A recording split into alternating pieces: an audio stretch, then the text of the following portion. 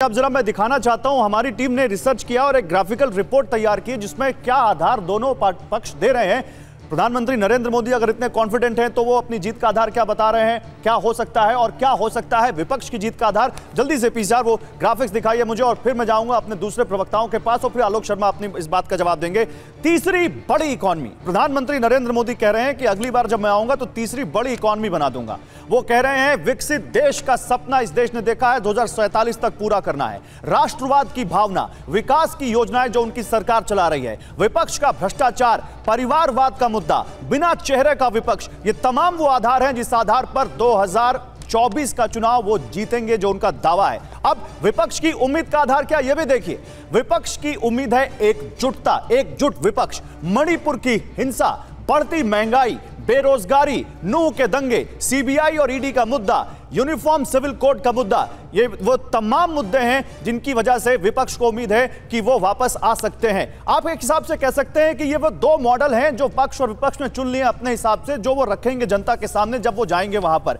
लेकिन धर्मेंद्र भारद्वाज, मतलब ये एक संदेश था, ये भाषण था, मुझे समझ में नहीं आया। आप समझा देंगे तो ज्यादा अच्छा होगा। आज अरविंद केजरीवाल ने जो कहा है, जो मैंने अभी दिखाया, वो क्या था? वो क्या मोदी मॉडल की कार्ड थी जो केजरीवाल ने सामने रख दी है? देखिए, सबसे पहले तो मैं आपके दर्शकों को और सभी देशवासियों को अपनी ओर से, अपनी पार्टी की ओर से और अपने नेता की ओर से स्वतंत्रता की शुभकामनाएं। आज स्वतंत्रता दिवस का राष्ट्रीय पर्व और देश के जो हमारे जो वीर सैनिक थे, स्वतंत्रता सेनानी थे, उन्होंने किस लिए अपनी जान को कुर्बान करा, किस लिए उन्होंने लड़ाई लड़ी, क्यों देश को आजादी दिलाई, इसका एक मूल कारण था कि देश में एक लोकतंत्र स्थापित होगा, देश में संविधान स्थापित होगा, देश नई उम्मीदों से, नई उमंग से आगे बढ़ेगा। लेकिन आज वो कह रहे हैं लोकतंत्र की हत्या हो रही है। जब से 10 साल से, पिछले 10 साल से मोदी जी लगातार जो इंस्टीट्यूशन है, जो डेमोक्रेटिक इंस्टीट्यूशन है, उनको बुलडोज करते हैं। आज सारी केंद्रीय जांच एजेंसियां मोदी जी के कार्यकर्ता के रूप में काम कर रही, चाहे सीबीआई, ईडी हो, इनकम टैक्स हो, तमाम एनफोर्समेंट एजेंसियां आज भारतीय जनता पार्टी। नरेंद्र भारद्वाज आप बड़े अच्छे प्रवक्ता हैं। सुनिए, मैंने ना कांग्रेस के बीच में टोका ना बीजेपी के बीच में टोका, मैं आपके बीच में भी नहीं टोकना चाहता था। लेकिन आप प्रधानमंत्री मोदी के ऊपर बोलना चाहते हैं या अपने नेता के हाई पॉइंट पर बोलना चाहते हैं? मैं दोनों बात। नहीं तो पहले आप अपने नेता के हाई पॉइंट पर बोल दीजिए। क्या यही वो मॉडल है जो आप मोदी मॉडल के सामने रख रहे हैं?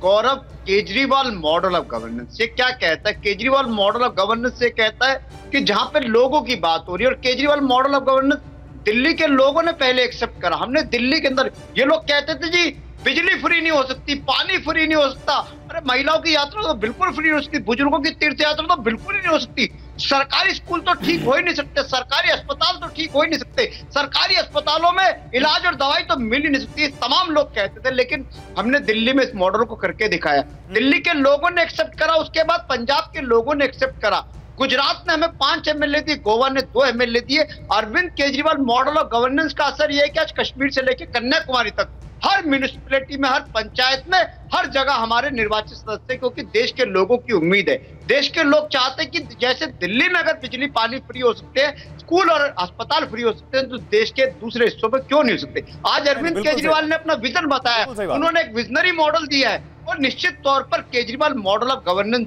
देश की उम्मीद है, देश के लोगों की उम्मीद और अपेक्षा है जो केजरीवाल मॉडल ऑफ गवर्नेंस के साथ है। एक Kejriwal model of governance, Kejriwal model of governance.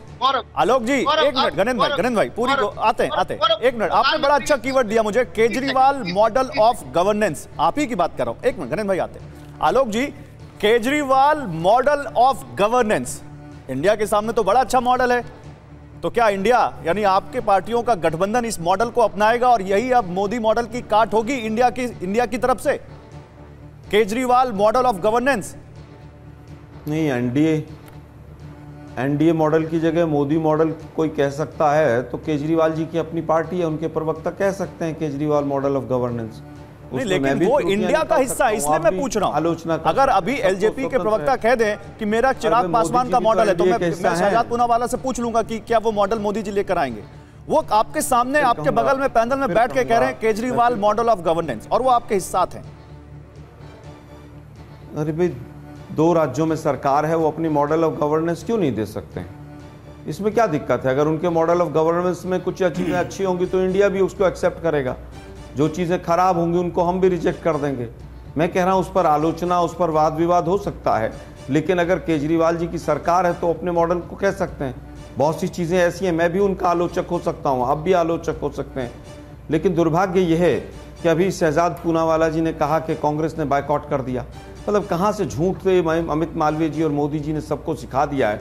हमने कहा कि हमारा एक टाइम फिक्स होता है AICC का, और सिक्योरिटी की वजह से वापस नहीं आ सकते थे खड़गे साहब। शाम का राष्ट्रपति भवन में प्रोग्राम है, उसमें भी जाएंगे, लेकिन ठीक है, उनको झूठ बोलने की आदत है।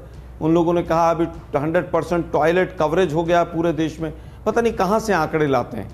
अभी तक परिवार और परिजन नहीं थे मोदी जी के, अभी तक पिछले 9 साल से भाइयों बहनों मित्रों से काम चल रहा था। अब उनको परिवार और परिजन दिखने लगे हैं क्योंकि अगले साल चुनाव है। विकसित देश हो जाएगा 2047 तक। शहजाद जी भी बैठे हुए, मैं पूछना चाहता हूँ 46 में क्यों नहीं होगा भाई? 47 का मुहूर्त निकाला है पंडित जी। ठीक है, मुझे लगता है कि केवल नारे दे देना 2022 में सब किसानों की आमदनी डबल हो जाएगी। वास्तविकता ये हुई कि 32 आलोक जी इस पर अभी बात करेंगे, लेकिन आपने बड़ा अच्छा यहाँ पर एक तर्क दिया। मैं जरा 2 तस्वीरें दिखाना चाहता हूँ आलोक जी।